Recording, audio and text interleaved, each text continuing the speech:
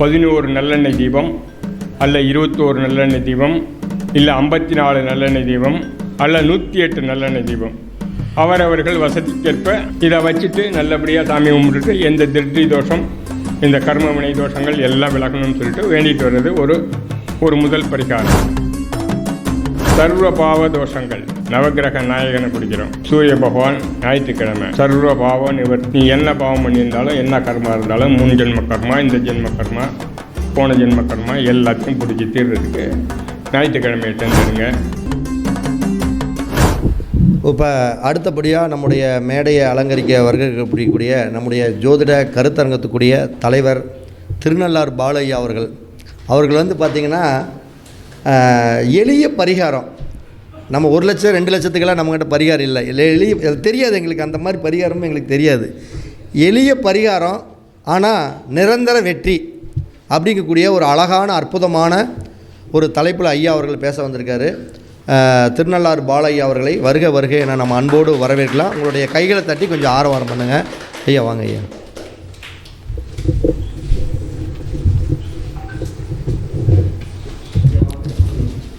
ஓம் சரவணபவ.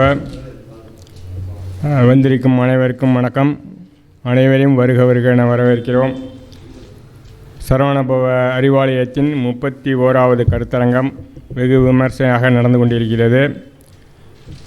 குருநாதர் சரவண பரணி பாரதி ஐயா மிக அற்புதமாக இந்த கருத்தரங்கு விழாவை மாதந்தோறும் நடத்தி வருகிறார். அவர்களுக்கு எங்கள் நிர்வாகிகள் சார்பாக மனமார்ந்த நன்றிகளை தெரிவித்துக் கொள்கிறோம். பஞ்சபூதங்களையும் நவகிரகங்களையும் வணங்கி அவர்களின் ஆசீர்வாதத்துடன் எனது உரையை துவங்குகிறேன். எளிய பரிகாரம், நிரந்தரமான வெற்றி. இப்போ நமக்கு என்ன தேவைன்னா, முதல்ல எல்லாருக்குமே ஒரு வேலை இருந்ததுன்னா தான் ஒரு கல்யாணம் பண்ணிக்கிறதுக்கு ஒரு பொண்ணு கிடைக்கும். வேலைக்கு அப்புறம் ஒரு திருமணம் பண்ணிக்கணும். சரி, திருமணம் பண்ணியாச்சுன்னா ஒரு குழந்தை வேணும். அப்போ குழந்தையெல்லாம் வந்துட்டு திருமணமும் பண்ணியாச்சு அப்படின்னா ஒரு செல்வ வளமான குடும்பம் ஓடணும். அதுக்கு ஒரு செல்வ வளம் வேணும். அதுக்கு பிறகு நோய் இல்லாமல் வாழணும், அது தேவை இருக்குது. அந்த நோய் வருதுனாக்கா கர்ம வினைப்பதிவுகள் இருந்ததுனாக்கா நோய் வந்துடும். அந்த கர்ம வினைப்பதிவுகளை நம்ம தொலைக்கணும். அப்புறம் பித்ரு தோஷம்னு ஒன்று இருக்குது. அதாவது முன்பிறவியில் செய்த பாவங்கள் அப்படிங்கிறது ஒன்று நம்மளை தொடர்ந்து வந்துகிட்டே இருக்கும். இப்போ இதை போக்கணும். இதுக்கெல்லாம் ஒரு எளிய பரிகாரம். இப்போ காசு இருக்கவங்க இருக்காங்க, காசு இல்லாதவங்களும் இருக்காங்க. காசு இருக்காதவங்க 1.5 லட்ச ரூபாய்க்கு யாகம் பண்ணிடுறாங்க. போய் கொல்லிமலையில் போய் மூலிகையெல்லாம் பறிச்சுட்டு வந்து எல்லா ஐயர்களையும் வச்சு நல்லா சண்டி ஹோமம் பண்ணாங்கன்னாக்கா நல்ல பிரமாதமாக இருக்கும். அதுக்கு 2 லட்ச ரூபா செலவாகும். 2 லட்ச ரூபா இல்லாமல் வினை கஷ்டப்பட்டுட்டு இருக்காங்க, 2 லட்சத்துக்கு எங்கே போகுது? அப்போ ஒரு எளிய பரிகாரம் வேணும். அப்போ முதல் பரிகாரம், உங்கள் அருகில் உள்ள கோயிலில் சிவபெருமான் நல்ல சனிக்கிழமையில் ஒன்று தேர்ந்தெடுத்து அங்கே உள்ள புரோகிதர்கிட்ட சொல்லி ரெடி பண்ணி சுத்தமான தூய நல்லெண்ணெய் நல்ல ஒரு 3-4 லிட்டரு அங்கே அந்த சிவலிங்கத்துக்கு தகுந்த மாதிரி குளிர, சும்மா ஒரு 100 ml தள்ள ஊற்றிட்டு வர்றதில்லை, குளிர அபிஷேகம். சுத்தமான நல்லெண்ணெய், செக்கெண்ணெய் எங்கேயாவது தயார் பண்ணுவாங்க. எல்லா ஊர்லேயும் இப்போ செக்கு வந்துட்டு எல்லாம் கொடுத்தா இந்த பக்கம் எண்ணெயை கொடுத்துருவான். அந்த மாதிரி எண்ணெயை வாங்கி இந்த பஞ்சதீப எண்ணெய் அது இதெல்லாம் வேலைக்கு ஆகாது. வெறும் நல்லெண்ணெய் மட்டும் அதை கொண்டு போய் கொடுத்து அங்கேயே உட்கார்ந்து அந்த அபிஷேகத்தை கண்குளிர பார்க்கணும். இது முதல் பரிகாரம். அது முடிஞ்ச பிறகு அந்த கோயில்லையே 11 நல்லெண்ணெய் தீபம் அல்ல 21 நல்லெண்ணெய் தீபம் இல்லை 54 நல்லெண்ணெய் தீபம் அல்ல 108 நல்லெண்ணெய் தீபம் அவரவர்கள் வசதிக்கேற்ப அந்த கோயிலில் வைக்கக்கூடிய அந்த பிரகாரம் இதுக்கு தகுந்தபடி அவங்க ஏற்பாடு பண்ணிக்கலாம். 11லேருந்து ஆரம்பித்து எத்தனை வேணாலும் வைக்கலாம். இதை வச்சுட்டு நல்லபடியாக சாமி கும்பிட்டுட்டு எந்த திருஷ்டி தோஷம், இந்த கர்ம வினை தோஷங்கள் எல்லாம் விலகணும்னு சொல்லிட்டு வேண்டிட்டு வர்றது ஒரு முதல் பரிகாரம். இப்போ ராஜ திருஷ்டின்னு ஒன்று இருக்குது. இப்போ எங்கள் உறவினர் ஒருத்தர் அப்போ தான் புது கார் வாங்கிட்டு வந்தார், கோயிலுக்கு கிளம்புறாரு. போகிற வழியில் ஒரு டீ குடிச்சிட்டு போவோன்னு காரில் இருக்கிறவங்க சொல்கிறாங்க. சரிங்கன்னு ஒரு மரத்தடியில் நிப்பாட்டிட்டு போய் டீ குடிக்க போனார். உண்மையில் நடந்த சம்பவம். எங்கள் குடும்பத்து சொந்தக்காரங்களுக்குள்ளே நடந்த ஒரு பிரச்சனை. நிப்பாட்டிட்டு போய் டீ குடிக்க போகிறாரு. மேலேருந்து ஒரு மரக்கிளை முறிஞ்சு அந்த கண்ணாடியில் விழுந்து கண்ணாடி தூளாக நொறுங்கி போச்சு. என்னான்னு கேட்டாங்க என்னக்கிட்ட. நீ கார் வாங்கிட்டு வந்தியா? பக்கத்து வீட்டுக்காரன் எய்த்த வீட்டுக்காரன் எல்லோரும் பார்த்துட்டணும், உனக்கு ராஜ்ய திருஷ்டி ஏற்பட்டு போச்சு. சரிங்க ஐயா, இதுக்கு என்ன பண்ணுறது? சரி, காரை அங்கேருந்து எடுக்க முடியல. அங்கேருந்து கார் கம்பெனிக்கு ஃபோன் பண்ணி வரவழைச்சி கண்ணாடியை மாற்றி அது ஒரு நாள் 2 நாள் ஆகிட்டுன்னு வச்சிங்களேன். அதுக்கு பிறகு அவங்க கோயிலுக்கு போனாங்க. நல்லெண்ணெய் அபிஷேகம். எந்த கோயிலுக்கு நீ போகணுன்னு நினச்சியோ குலதெய்வம் கோயிலுக்கு தான் ஆரம்பித்தாங்க. அந்த குலதெய்வம் கோயிலுக்கு நல்லெண்ணெய் அபிஷேகம் பண்ணுங்கள். அந்த அபிஷேகத்தை நீங்கள் பார்க்கணும். அது ஒரு பரிகாரம். அது மட்டும் இல்லை, அந்த கோயிலில் போனாக்கா பிரசாதம் பண்ணி கொடுப்பாங்கள்ல, சாமிக்கு நைவேத்தியம் பண்ணிவிட்டு பிரசாதம்னு ஒன்று கொடுப்பாங்க. அந்த பிரசாதத்தை வாங்கி நம்ம சாப்பிட்ணும். சாதாரண பிரசாதம். அப்போ மகா பிரசாதம். மத்தியானம் சாப்பாடு போடுவாங்க, அன்னதான சாப்பாடு. இப்போ எல்லா கோயில்லையும் இருக்குது. அதில் மெனக்கட்டு கீழில் நின்று சாப்பிட்ணும். சந்தர்ப்பம் கிடச்சிதுனாக்கா மெனக்கட்டு நின்று சாப்பிட்டு வந்தாங்கனாக்கா கடுமையான திருஷ்டி தோஷங்கள் விலகும். எளிய பரிகாரம். அந்த அன்னதானத்துக்கு பேர் மகா பிரசாதம்னு பேர். நான் இப்போ இந்த மகா சிவராத்திரி அன்னைக்கு சிதம்பரம் நடராஜர் கோயிலுக்கு போயிருந்தேன். வெளியில் வரும்போது அன்னதானம் நடந்துக்கிட்டு இருந்துச்சு. 1/2 மணி நேரம் நின்று போகிறவன் வரவங்களாம் என்னை வேடிக்கை பார்த்துட்டே போனான். என்னென்ன ஆளை பார்த்தா நல்லா இருக்கான், சாப்பாடுக்கு நிற்கிறானே அப்படின்ட்டு. எனக்கு அதை பற்றியெல்லாம் கவலை இல்லை. அந்த மகா பிரசாதத்தை வாங்கி சாப்பிட்டு வரணுங்கிறதுக்காக நான் நின்று வாங்கி சாப்பிட்டுட்டு வந்தேன். அந்த மாதிரி சாப்பிட்டா வெக்கமே படாமல் வாங்கி சாப்பிடணும். அது சாப்பிட்டோம்னா கடுமையான திருஷ்டி தோஷங்கள் விலகும். அது ஒரு பாயிண்ட்டு. அப்புறம் எளிய முறை பரிகாரம். முதலாக ஒரு வேலை கிடைக்கணுங்கிறதுக்கு ஒரு சின்ன பரிகாரம். 10 ரூபா செலவில் 11 வெத்தலை வாங்குங்க. வெறும் வெத்தலையை பச்சை நூலில் கட்டணும் மாலையாக. பக்கத்தில் உள்ள பெருமாள் கோயிலில் ஆஞ்சநேயர் இருப்பார். புதன்கிழமை புதன் கோரை, 6 to 7 புதன் கோரை, 1 to 2 புதன் கோரை, அப்புறம் 8 to 9. நீங்கள் காலையிலே போயிடலாம்.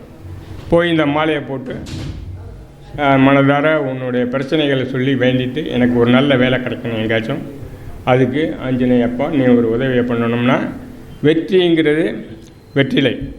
வெற்றிலையில் தான் வெற்றி இருக்குது. ஆஞ்சநேயரோட வெற்றி வெற்றிலையில் இருந்துச்சு. வெற்றிலை தோப்புக்குள்ளே போய் உட்காந்து தான் அவர் அங்கே தவம் பண்ணி தான் அந்த ராமனுடைய சக்தியை பெற்றார். எல்லாம் நடந்தது. அது புராண கதை. அப்போ அந்த வெற்றிலையில் ஒரு வேலைக்கான ஒரு சூட்சமும் அதில் இருக்குது. அது மட்டும் இல்லை, எல்லா பிரச்சனைக்குமே இதே பரிகாரத்தை ஃபாலோ பண்ணலாம்னா என்னென்ன பரிகாரம்னா, மன அழுத்தம், ரொம்ப சொல்ல முடியாத துக்கம், சொல்ல முடியாத பிரச்சனை. ஒரு வீட்டுக்குள்ளேயே ஒரு பிரச்சனை நடந்ததுன்னா, ஒரு மகனால் ஒரு தொல்லை, ஒரு மருமகளால் ஒரு தொல்லை, ஒரு மாமியாரால் தொல்லை, இல்லை மனைவியாலேயே தொல்லை, இல்லை கணவனாலேயே ஒரு தொல்லை, இப்படி இந்த தொல்லைகளை போய் பக்கத்து வீட்டில் சொல்லக்கூட முடியாது. அந்த மாதிரி ஒரு மன அழுத்தம், பணம் இல்லையேங்கிற மன அழுத்தம், எல்லா விதத்துலேயும் மன அழுத்தம் வருது. அப்போ அந்த புத்தியை நம்ம சிந்தனைக்கே ஓடாது. அடுத்து என்ன எப்படி ப்ரோக்ராம் பண்ணணுங்கிறதுலாம் ரொம்ப பிரச்சனையாக போய்டும். அந்த மாதிரி இருக்கிறவங்க திங்கக்கிழமை காலையில் என்ன சந்திரஹோரை 6 to 7, இதே கண்டினியூ 1 to 2, 8 to 9 சந்திரஹோரையில் 11 வெத்தலை, அதே இது பச்சை நூலில் கட்டுங்க.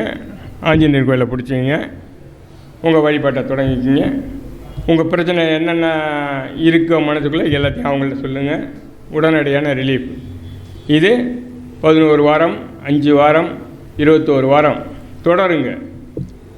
தொடர பிரச்சனைகள் குறையிறத நீங்கள் கண்கூட அனுபவத்தில் தெரிஞ்சுக்கலாம். அடுத்தவங்களாம் நான் சொல்கிறதெல்லாம் தேவையில்லை. இதெல்லாம் அனுபவபூர்வமாக நடந்ததை நம்ம ஸ்கின்ஸ் எடுத்து வச்சுட்டு நான் உங்களுக்கு சொல்லிக்கிட்டு இருக்கேன். அப்புறம் அதே மாதிரி சகோதர உறவுகள், அண்ணன் தம்பிக்குள்ளே ஒரு சண்டை பிரச்சனை, சொத்தை வச்சுக்கிட்டு கொடுக்க மாட்டேங்கிறான், அப்பாவோட சொத்து எல்லாம் ஒன்றா இருக்குது, பிரித்து விடவும் மாட்டேங்கிறான், அனுபவிக்கவும் விட மாட்டான், பிரச்சனையாக இருக்குது. சரி, அதெல்லாம் சொத்தை விட வேண்டாம், நல்லபடியாக பேசிக்கிட்டு இருக்கான், போகிறான் வரானா, அதுவும் இல்லை. எல்லாமே பிரச்சனையாக இருக்குது. சகோதர உறவில், அக்கா தங்கச்சியில் உறவில் எல்லாம் பிரிக்கிறதுக்கு வந்தாக்கா அக்காவோ தங்கச்சிக்காரையோ வந்து கையில் போட மாட்டேங்கிற, அப்போ தான் பிரிக்க முடியும். அந்த மாதிரி ஒரு பிரச்சனை, ஒரு சுமூகமான இது இல்லாமல் இருக்குது. இந்த மாதிரி இருக்கவங்கெல்லாம் செவ்வாய்க்கிழமை ஒரு நிலத்தில் பிரச்சனை, ஒரு வீடு மண்மனையில், ஒரு வண்டி வாகனத்தில், இந்த செவ்வாய் காரகங்க சம்மந்தமான இது எல்லாமே நமக்கு தெரியும் ஜோதிடர்களுக்கு. இல்லை பொதுமக்களுக்கே இப்போ நிறைய கொஞ்சம் தெரிஞ்சுக்கிட்டாங்க. அந்த செவ்வாய் காரகத்தன்மையான எல்லா பிரச்சனைகளுக்கும் இந்த 11 வெத்தலை செவ்வாய் ஹோரையில் அதே மாதிரி 3 டைம் வரும்.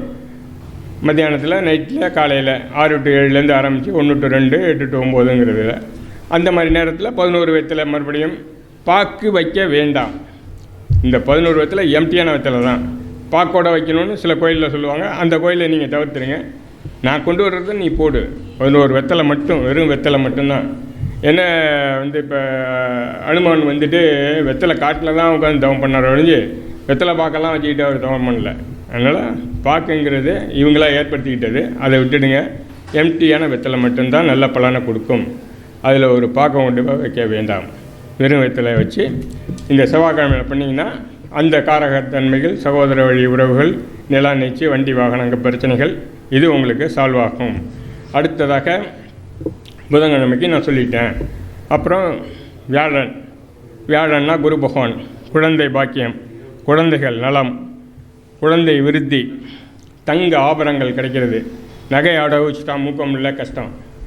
நகையே வாங்கி தர மாட்டேங்கிறாங்க, அது கஷ்டம். இந்த மாதிரி பிரச்சனைகள் தீரணும்.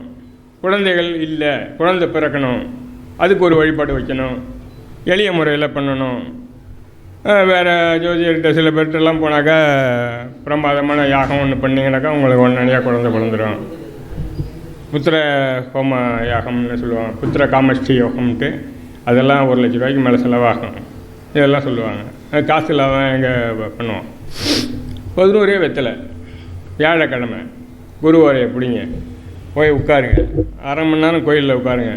வெத்தலை மாலையை போடுங்க, ஒரு சூடத்தை கொளுத்தி காட்டுங்க. ஐயருக்கு 10 ரூபா 20 ரூபா வைங்க. உங்கள் கோரிக்கையை வைங்க. 5 வாரம், 7 வாரம், 11 வாரம், 21 வாரம் கண்டினியூவாக விடாதீங்க.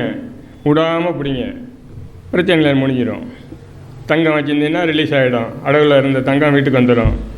குழந்தைகள் வரும். கல்வி, நல்ல கல்வி அறிவு வேணும்னா கல்வி அறிவு வந்துடும். பிள்ளைங்க படிக்க மாட்டேங்குதா, அதுக்கு வேண்டுதல் வைங்க. என்ன காரகம் வச்சுன்னா அந்த கிழமையை பிடிச்சிங்க. அப்புறம் அதே மாதிரி வெள்ளிக்கிழமை மனைவியோட சண்டை, சகோதரியோட சண்டை, சொகுசு கார் வாங்கணும், நல்ல வீடு வாங்கணும், சொகுசான வீடு வேணும், ஏதோ ஒன்று. இந்த மாதிரி பிரச்சனைகளில் ஏதோ ஒன்று வேணும். இந்த மாதிரியெல்லாம் வேணும்னு ஒரு கோரிக்கை ஒவ்வொருத்தருக்கும் ஒன்று இருக்கும். நமக்கு ஒன்றுனாக்கா அடுத்தவங்களுக்கு வேறு ஒன்று இருக்கும். அந்த மாதிரி அந்த சுக்கிரனுடைய வெள்ளிக்கிழமையோட காரகத்துவங்கள் என்னென்ன வருதோ அந்த பிரச்சனைகள்லாம் நமக்கு சால்வ் ஆகணும், சரி பண்ணணுன்னாக்கா சுக்கிர ஓரை எப்படிங்க. அதே 11 வெத்தலை தான். அதே பச்சை கலர் நூல் கட்டி மாலை கட்டி அங்கே போட்டு அந்த வழிபாடை பண்ணுங்க. அப்புறம் சனிக்கிழமை காலபுருஷ தத்துவத்தில் சனிக்கிழமை கர்ம வினை தீக்கிற ராஜா அவர் தான் எல்லாத்தையும் நீதிபதி. நமக்கு வாழ்க்கையில் வந்து நீதிபதி ஒருத்தர்னாக்கா சனி பகவான் தான். அவரை நம்ம சரி கட்டணும். அப்போ ஆஞ்சநேயர் சொன்னால் சனி பகவான் கேட்டுக்குவார், தப்ப மாட்டார். அப்போ அவரை பிடிச்சோம்னாக்கா சனிக்கிழமையில் கர்ம வினைகள் தீர, இல்லை கர்ம வினைகள் குறைய, தீர்க்க மாட்டார். கர்ம வினையை வந்து சனி பகவான் வந்து தீர்த்து எல்லாம் எம்டி ஆக்கி போய்ட்டு வாங்கலாம் சொல்ல மாட்டார், கொஞ்சம் குறைச்சிப்பார். 7.5 வருடம், 7.5 வருடத்தை 7.5 மாதங்கள் ஆக்கலாம், 7.5 நாட்கள் ஆக்கலாம், 7.5 நிமிடங்கள் ஆக்கலாம், 7.5 நாழிகை ஆக்குவாங்க, 7.5 நிமிடங்கள் ஆக்கலாம். இன்னும் உனக்கு பாக்கியம் இருந்ததுன்னா 7.5 நொடு கூடியும் ஆக்குவார். ஒரு சின்ன ஒரு கஷ்டம் அதோட விலகினுச்சு அப்படிங்கிற மாதிரி கூட அவரால் செய்ய முடியும். ஆனால் அந்த மாதிரி அருள்கள்லாம் அவர் பண்ணுவார். அதுக்கு அவரை நம்ம பிடிக்கணும். அப்போ அந்த சனிக்கிழமையில் இதே 11 வெத்தலை, அதே ஆஞ்சநேய பகவான், அதே வழிபாடு. என்னென்ன குறைகள் இருக்குதோ, தொழில் சரியாக வரலையா, நோய் நொடியாக இருக்கா, தொழில் நல்லா வந்துட்டுனா கஷ்டம் நல்லா நீங்கிடும்னா இந்த மாதிரி கோரிக்கைகளை வச்சு என் தொழிலில் ஒரு விருத்தியாம்சம் வரணும், கஷ்டங்கள் நேரணும், நோய்கள் தீரணும். நோய்க்கு காரணம் அவர் தானே. அதனால் அந்த உங்களுக்கு என்னென்ன குறைபாடுகள் அவங்களுக்கு இருக்குதோ அதை சொல்லி 11 வெத்தலை, அதே மாலை, அதே கோரை, சனி கோரையில் அந்த வழிபாட்டை நீங்கள் பண்ணிக்கிட்டா அது முடியும். இதன்னில் ஞாயிற்றுக்கிழமை சர்வ பாவ தோஷங்கள், நவக்கிரக நாயகனை பிடிக்கிறோம். சூரிய பகவான் ஞாயிற்றுக்கிழமை சர்வ பாவ நிவர்த்தி.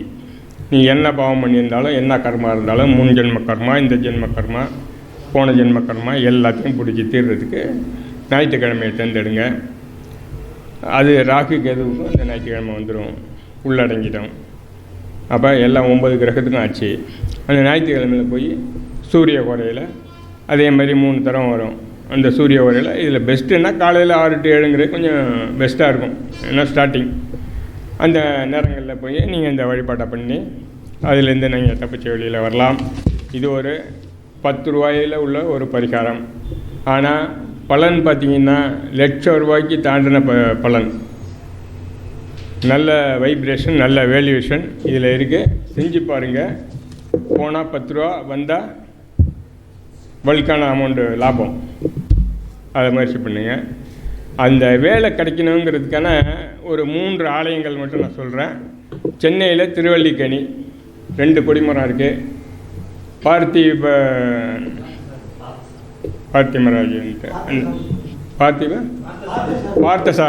பார்த்தசாரதி கோயில். ஆமாம், இந்த பார்த்தசாரதி கோயில் அது சென்னையில் திருவான்மியூர் அங்கே திருவல்லிக்கேணி அங்கே. அதை வந்து வேலைக்கு ஒரு கோரிக்கையை அங்கே வைக்கலாம். ஆமாம். அப்புறம் வந்து திருச்சியில் திருவானைக்காவல் ஆண்டாள் கோயில் அங்கே வைக்கலாம். அதுக்கடுத்து ஆதி கும்பேஸ்வரர் கும்பகோணத்தில் இருக்குது. ஆதி கும்பேஸ்வரர் அவரும் வேலைக்கு உதவி பண்ணுவார், அங்கே கோரிக்கையை வைக்கலாம். அதே மாதிரி அவங்கவுங்களுக்கு எங்கே கிட்டக்க இருக்கோ அந்த கோயில்கள் அதை நீங்கள் கண்ணீர் பண்ணலாம். இப்போ இதெல்லாம் போக முடியாது எனக்கு, வேலையும் இல்லை, காசும் இல்லை. இங்கேருந்து மெட்ராஸுக்கும் கும்பகோணத்துக்கும் நீ போய்ட்டு சொல்லிட்டு இங்கே எங்கே பணம் இருக்குன்னாங்கன்னா விட்டுடுங்க, ஒன்றும் பிரச்சனை இல்லை. பக்கத்தில் இருக்க விநாயகரை பிடிங்க, தேங்காய் எண்ணெயில் விளக்கு போடுங்க, கண்டினியூ பண்ணுங்கள். 5 வாரம், 7 வாரம், 11 வாரம், 21 வாரம் வேலை கிடைக்கிற வரைக்கும் விட்டாதீங்க. ஏதோ ஒரு வேலை பக்கத்தில் சம்பாதிக்கிறதுக்கு, இப்போது ஜீவனத்தை ஓட்டுறதுக்கு, இப்போதைக்கு தப்பிக்கிறதுக்கு கிடச்சிடுவார், கொடுத்துருவார். அதுக்கப்புறம் நீங்கள் டெவலப் பண்ணிக்குவீங்க. அது வேலை கிடைக்கிறதுக்கு. இதில் வீட்டில் உள்ள திருஷ்டி தோஷங்கள் நீங்கணுங்க. வீட்டில் கொஞ்சம் திருஷ்டி தோஷமாக இருக்குது, எங்களுக்கே தெரியுது. ஒரு காரியம் தடை ஏற்படுது, இன்னும் நடக்க மாட்டேங்குது அப்படின்னீங்கன்னாக்கா அதுக்கு கருப்பு குங்குலியம் வெண்கடுகு போட்டு வெள்ளிக்கிழமை செவ்வாய்க்கிழமையில் நல்ல சாம்பிராணி புகைச்சலை போட்டிங்கனாக்கா அந்த திருஷ்டி தோஷங்கள் குறையிறதுக்கு வாய்ப்பு இருக்குது. அடுத்தபடியாக ஏகாதசி அன்னைக்கு பெருமாள் விரதம் இருந்து வழிபட்டால் கர்ம வினைகள் தீரவும் நல்ல பலன் ஏற்படவும் ஒரு வாய்ப்பு. அதே மாதிரி சிவபெருமானை கும்பிட்றவங்க பிரதோஷம் அன்னைக்கு ஒரு காலையிலேருந்து விரதம் இருந்து சாயங்காலம் பிரதோஷ அபிஷேகத்துக்கு பால், நெய், தயிர், அருகம்பில்லு, அந்த நந்தி பகவானுக்கு பிடிச்ச அரிசி வெல்லம், பச்சரிசியை ஊற வச்சு வெல்லம் போட்டு ஏலக்காய் போட்டு ஒன்று அரிசி வெல்லம் கலந்து கொடுப்பாங்க. அந்த நெய்வேத்தியம் வச்சு இதுக்கெல்லாம் ஏற்பாடு பண்ணிங்கனாக்கா நல்ல சுப பலன்கள் ஏற்படும். அதுலேயும் ஸ்பெஷலாக சனிக்கிழமை வர்ற பிரதோஷமாக இருந்ததுன்னா இன்னும் பெரிய விசேஷம், அதை பண்ணிக்கிங்க. அப்புறம் இன்னொரு சூட்சமும் ரொம்ப இதுவும் எளிய பரிகாரம் தான். ஒரு முக்கியமான ஒரு மிகப்பெரிய விசேஷமான, இது வரைக்கும் அநேகமாக யாரும் சொல்லியிருக்க மாட்டாங்கன்னு நினைக்கிறேன். அந்த ஒரு பரிகாரம் என்னென்னா, மாதத்தில் 2 நாளைக்கு கறி நாள்னு வரும். கறின்னா கறி சாப்பிட்ற நாள் இல்லை, அது வந்து பிளாக் டே, கருப்பு நாள்னு சொல்லுவாங்க. தியாஜின்னு வரும்னு நினைக்கிறேன். அந்த இதில் தியாஜின்னு ஒன்று வரும். அந்த நாள் வந்து உருப்படாத எந்த நல்ல காரியமும் செய்ய மாட்டாங்க அந்த நாளில். அந்த நாளில் கருவேப்பிலை சாதம் பண்ணி, வீட்டில் கருவேப்பிலை சாதம் பண்ணி தானமாக கொடுத்துடணும். பெருமாள் கோயிலில் கொண்டே வச்சு கூட கொடுக்கலாம், தப்பு இல்லை. இல்லை வீட்டிலே வச்சு வேணாலும் கொடுக்கலாம். ஏதோ கருவேப்பிலை சாதம் செஞ்சு தானமாக கொடுத்துடணும். பெருமாள் கோயிலில் வழிபாடு பண்ணணும் அந்த கரி நாள் அன்னைக்கு. இது மிகப்பெரிய ஒரு கர்ம வினை தீர்க்கிறதுக்கும் நல்ல பலன் ஏற்படுறதுக்கும், ரொம்ப கஷ்டம் தாங்க முடியலைங்கிறவனுக்கெல்லாம் இந்த கருவேப்பிலை சாத பரிகாரம் 100% கை கொடுக்கும். இதை செய்து பாருங்கள். இந்த கருவேப்பிலை சாதத்தை செய்து அதை தானம் பண்ணி அந்த நல்ல பலனை நீங்கள் அடைஞ்சிக்கலாம். இதுவும் ஒரு எளிய பரிகாரம் தான். இதையும் 11 வாரங்கள், 21 வாரங்கள், 9 வாரம், 5 வாரம் எத்தனை முடியுமோ முடிகிறது செய்ய. நீங்கள் செய்ய செய்ய உங்கள் கர்மம் எப்படி குறையுது, நற்பலன்கள் எப்படி ஏற்படுதுங்கிறத நீங்கள் கண்கூட தெரிஞ்சுக்கலாம். நீங்களே தெரிஞ்சுக்கலாம். தெரிஞ்சிக்க உங்களுக்கு செய்கிற ஆர்வம் அதிகமாகும். அதை கண்டினியூ பண்ணிக்கோங்க. அதுலேருந்து தப்பிச்சுக்குங்க. இது அன்னையில் தேங்காய் தீபம் போடுறது விநாயகர் கோயிலையோ, ஒரு தேய்பிரை அஷ்டமிலையோ, இல்லை சிவன் கோயிலையோ விநாயகர் தீபம்ங்கிற இது தேங்காய் தீபங்கிறது அதுவும் நம்ம கர்ம வினைகளை வெகுவாக குறைக்கக்கூடிய ஒரு மிகப்பெரிய ஒரு பரிகாரம். 5 தேங்காய் வாங்கி 2ஆக உடைச்சிங்கன்னா 10 மூடி வரும். ஒரு மூடியை அங்கே இருக்கவங்க யார்கிட்ட ஃப்ரீயாக கொடுத்துருங்க, தானமாக கொடுத்துருங்க. பாக்கி 9 மூடியில் பஞ்சித்திரி போட்டு நல்லெண்ணெய் ஊற்றி விளக்கேற்றி வச்சு நின்று ஒரு நல்ல ஒரு வேண்டுதல்களை எல்லாத்தையுமே வச்சு தரிசனம் பண்ணிவிட்டு வாங்க. இதையும் ஒரு 5 வாரம், 7 வாரம், 9 வாரம், 11 வாரம் கண்டினியூ பண்ணுங்கள். நல்ல வெகுவான பலன் கிடைக்கும். பிரச்சனையிலேருந்து விடுபட்டு வெளியேறதுக்கு மிகப்பெரிய பரிகாரமாக இருக்கும். அப்புறம் இதெல்லாம் தாண்டி அன்னதானம்ங்கிறது ஒரு மிகப்பெரிய ஒரு பலனை கொடுக்கக்கூடிய ஒரு விசேஷம். அன்னதானம் இப்போ கல்யாணத்தில் எதுக்கு கல்யாணம் பண்ணுறாங்க? கல்யாணம் முடிஞ்சிருது, சரி எல்லோரும் போய்ட்டு அவங்க பணம் போடுறவங்க அப்படி போட்டு போடாங்க அப்படின்ட்டு கூல்ட்ரிங்க்ஸ் வச்சுலாம் குடிச்சிட்டு போங்க அப்படின்னு சொல்கிறது இல்லை. நல்ல வயிறார திருப்தியாக சாப்பாடு ஒரு 500 பேர் 1000 பேருக்கு போடுறாங்க. ஒரு மீடியமான ஃபேமிலி கூட 1000 பேருக்கு சாப்பாடு, குறைச்சலாக ஒரு 500 பேருக்கு சாப்பாடு வைக்கிறாங்கன்னா என்ன காரணம்? அந்த அன்னதானத்துக்கு என்ன காரணம்? அன்னதானம் மகா புண்ணியம், எல்லா பாவங்களையும் குறைக்கக்கூடியதுன்னு எல்லாருக்குமே தெரியும். அது ஏன் கல்யாணத்துலலாம் செய்கிறாங்க கம்பல்சரியானாக்கா, அந்த ஒரு பொண்ணு மாப்பிள்ளை ஒரு இருந்து குடும்பம் நடத்த ஆரம்பிக்கும்போது, அப்போ அவங்க ஆரம்பிக்கும்போதே 2 பேருக்குமே கர்ம வினைகள் கொஞ்சம் இருக்கும். ஜாதக பொருத்தம் இருக்கும், சரியாக பார்த்துருப்பாங்க, சரியில்லாமல் பார்த்துருப்பாங்க, எல்லாம் நடந்திருக்கும்.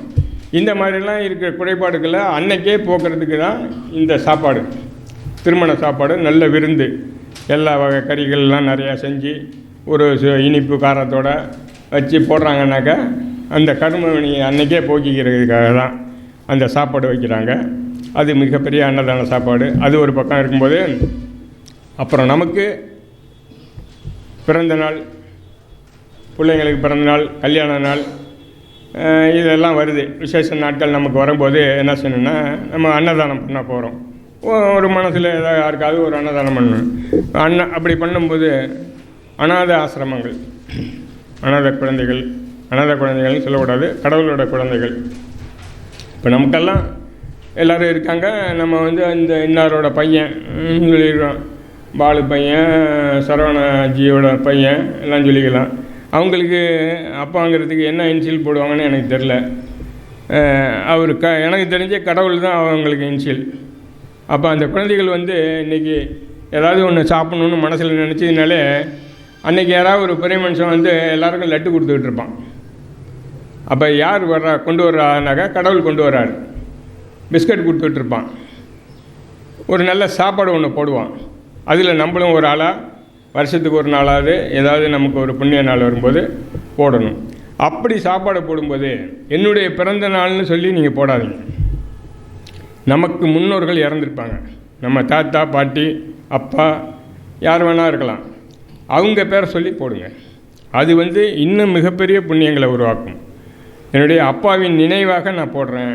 இன்றைக்கு எனக்கு பிறந்த நாள், இன்றைக்கு நான் பிறந்த நாளுக்கு எங்கள் அப்பா அவரோட நினைவாக நான் போடுறேன்.